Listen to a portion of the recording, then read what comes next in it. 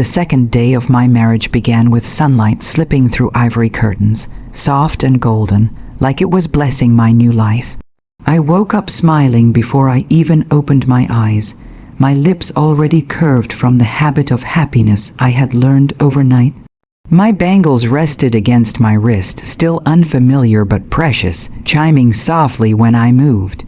The faint scent of flowers from the wedding garlands lingered in the room, mixed with his cologne and the promise of forever. I lay there for a moment, listening to the quiet hum of the luxury hotel. This place had been chosen carefully, marble floors, high ceilings, everything polished to perfection.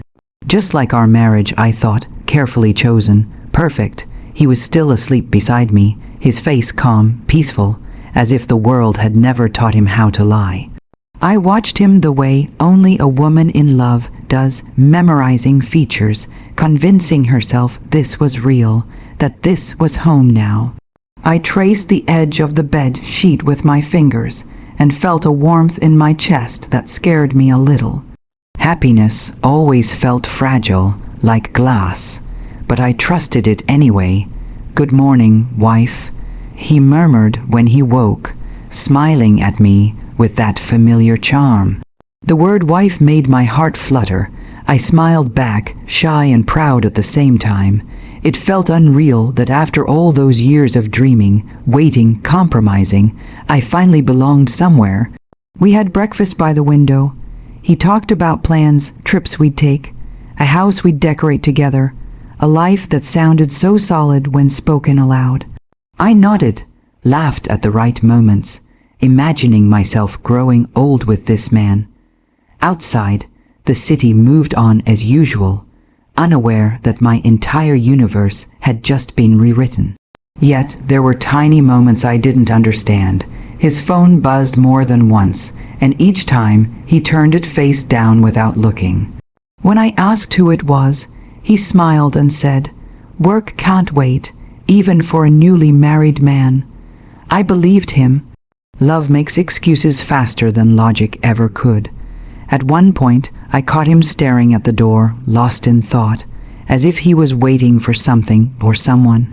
When I asked if everything was okay, he nodded too quickly and pulled me close, kissing my forehead. "Don't overthink," he said gently. "This is our time." So I stopped thinking. I adjusted my dupatta, still feeling the weight of tradition and expectation on my shoulders. Being a bride came with responsibilities, patience, trust, silence when necessary. I had been taught that a good marriage was built on compromise, that love grew stronger when you ignored small doubts. And so I ignored them. I sent photos to my family. Everyone replied with hearts, blessings, prayers. "You look so happy," my mother texted. I stared at the screen for a long moment before typing back, "I am." I truly believed it. He left the room for a while, saying he needed to make a quick call downstairs. I watched the door close behind him, the click echoing louder than it should have. The room suddenly felt too big, too quiet. I shook off the unease and told myself I was just tired. Weddings did that to people. I sat on the edge of the bed, touching the ring on my finger, a circle, endless, unbreakable. Or so I thought. I had no idea that this peace was temporary, that this joy was borrowed time, that somewhere within the walls of this beautiful hotel, a truth was waiting, recorded, silent, patient. I smiled to myself, completely unaware that this was the last morning I would ever wake up believing in my marriage. The phone rang when I was fixing my hair in the mirror, carefully placing the pins so they wouldn't disturb the delicate flowers woven into my braid. I remember thinking how strange it was that I still cared about looking perfect, even alone in a hotel room, even with my husband somewhere downstairs. The screen lit up with an unknown number. For a moment, I considered ignoring it. Newly married women weren't supposed to answer calls from strangers, were they? I answered anyway. "Good morning, ma'am." A man said, his voice professional, measured. "This is the front desk manager from the hotel."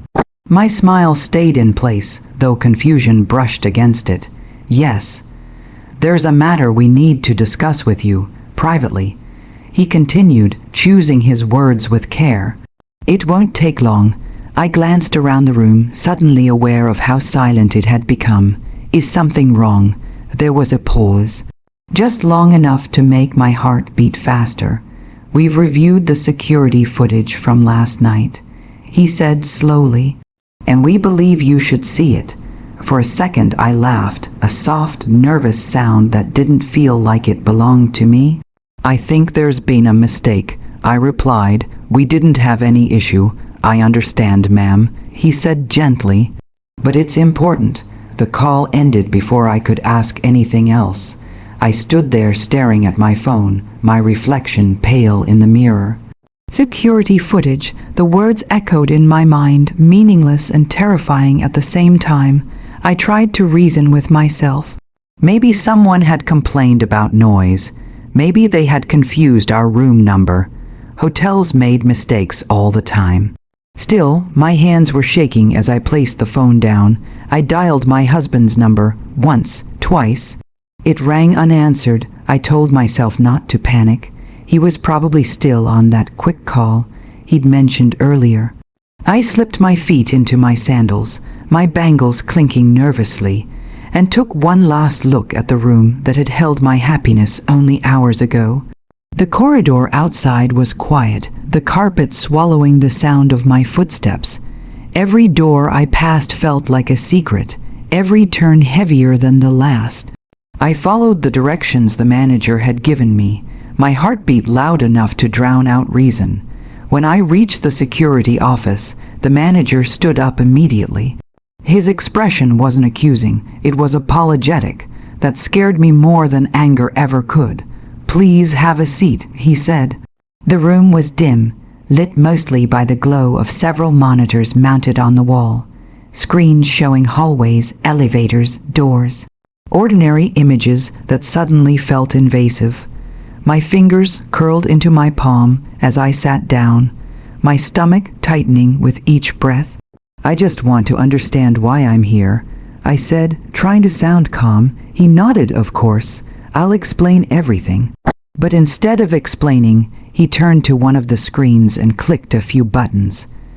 The footage paused on a frozen frame.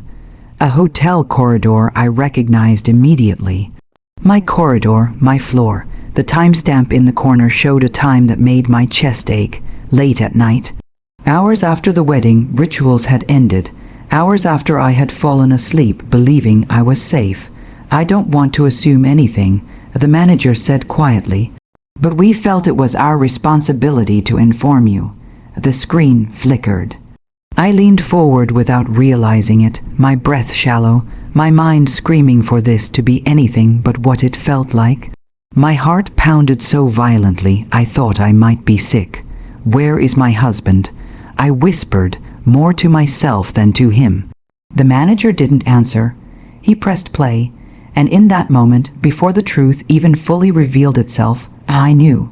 Somewhere deep inside, a part of me that had been whispering since morning finally spoke clearly. This call wasn't a misunderstanding. This wasn't about the hotel. This was about my marriage. And it was already falling apart. The screen came to life with a soft hum, and suddenly the corridor wasn't just a frozen image anymore. It was moving, breathing, alive. I recognized the patterned carpet immediately, the framed artwork on the wall, the emergency exit sign flickering slightly. This was our floor, my floor, the place I had walked through just hours ago, holding my husband's hand, believing in promises that now felt cruelly rehearsed. At first there was nothing, just an empty hallway, quiet and unremarkable. I almost laughed again, relief clawing at my chest, desperate and foolish. Seeing nothing, but then the elevator doors opened. He stepped out first. I forgot how to breathe. He was wearing the same dark shirt he had worn to bed, the one I had straightened before we slept, the one that still carried my touch. His posture was relaxed, confident, as if he had done this before, as if sneaking through hotel corridors in the middle of the night was as natural to him as brushing his teeth. And then she followed. She was close to him, too close. Her hand brushed his arm, familiar, intimate. She laughed at something he said, a soft, private laugh meant for him alone. They didn't look like two people hiding. They looked like two people who belonged together. My vision blurred, but I forced myself to keep watching. They stopped outside a room, not ours. He took out a key card. His movements were practiced, steady. Before opening the door, he leaned in and whispered something to her. I couldn't hear it, but I saw her smile, slow, knowing, unafraid. The kind of smile you wear when you know you're chosen. When the door closed behind them, something inside me shattered. I didn't cry, not at first. My body went completely still, like it had forgotten how to react. I stared at the screen as if it might change, as if another version of reality would suddenly appear and explain this away. But the footage didn't lie, it simply continued. Time passed, the timestamp changed, hours slipped by in seconds. And then the door opened again. They stepped out together. Her hair was messy now, his shirt slightly wrinkled. He fixed his collar while she adjusted her dupatta, a dupatta I recognized with sickening clarity. I had seen it before, at family gatherings, at celebrations, in my own home. She wasn't a stranger. The realization hit harder than the footage itself. This betrayal had a face, a history, a name I had spoken with trust. A woman I had welcomed with open arms. My fingers dug into the edge of the chair, nails biting into skin. The room felt too small, the air too thin. I wanted to scream, to throw something, to demand answers. But nothing came out. All I could hear was the pounding of my heart and the echo of every time I had defended him, believed him, chosen him. I'm so sorry, the manager said quietly, his voice distant, almost unreal. We noticed unusual activity and reviewed the footage as part of our protocol. Unusual activity. As if the destruction of my marriage was just another item on a checklist. I finally looked away from the screen, my eyes burning, my soul aching. How many times, I asked, my voice hollow. The manager hesitated. That hesitation was an answer in itself. This wasn't an isolated incident. He said carefully. Something cold spread through my chest, replacing the pain. This wasn't a mistake. This wasn't temptation. This was a choice, repeated, calculated, made without a single thought of me. I stood up slowly, my legs trembling but holding me anyway. Tears slid down my face now, silent and unstoppable, but they didn't weaken me. They cleared something. They sharpened my vision. In that moment, I understood the truth completely. He hadn't betrayed me last night. He had betrayed me long before the wedding, before the vows, before the rituals, before I ever said yes. I had just been the final lie he needed to complete the picture. As I walked out of the security office, wiping my tears, I felt something unfamiliar rise within me. Not hope, not love, resolve. If he thought this truth would break me, he was wrong. It didn't break me. It woke me up. I didn't confront him that day. That was the first decision I made as a woman who had finally seen the truth. I walked back to our room with steady steps, my face carefully arranged into the softness everyone expected from a new bride. The corridor no longer scared me. I had already seen the worst of it. Everything else felt survivable. He was there when I returned, sitting on the edge of the bed, scrolling through his phone like nothing in the world had changed. When he looked up and smiled, something inside me hardened. "Where did you go?" he asked casually. "I was just getting some fresh air," I replied, matching his tone perfectly. Lies were easy now. I had learned from the best. Over the next few days, I watched him closely. I memorized his patterns, his careless confidence, the way he thought he was untouchable. He didn't suspect a thing.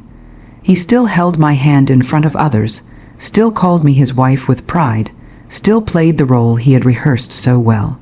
And I let him. At night, when he slept beside me, I stared at the ceiling and planned. I secured copies of everything, the footage, timestamps, hotel reports. I saved messages he carelessly left unlocked on his phone, screenshots of conversations filled with promises he had never made to me. Each piece of evidence felt like a stitch closing an open wound. Pain transformed into precision. I didn't cry anymore. Tears were a luxury I had already spent. The day I chose wasn't random, it was perfect. A small family gathering organized to celebrate the newlyweds. Smiles everywhere. Blessings floating through the room. She was there too, sitting comfortably, wearing innocence like jewelry. When our eyes met, she smiled at me, warm, shameless, confident. I smiled back. When everyone was seated, I stood up. My heart was calm, my voice steady. I just want to thank everyone. I began, for loving us, for trusting us, for believing in honesty and respect. He squeezed my hand, proud. I let go. I believe marriage should be built on truth. I continued, reaching for my phone. So before we move forward, I think it's important everyone sees what truth looks like. The room fell silent as the video played. Gasps replaced laughter. Shock replaced celebration.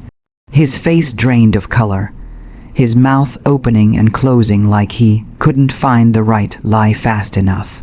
She stood up abruptly, her confidence shattering in seconds. I didn't look at them. I looked at my family. At every person who had blessed our union.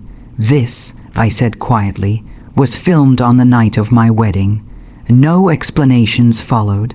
I didn't need them. I placed my ring on the table.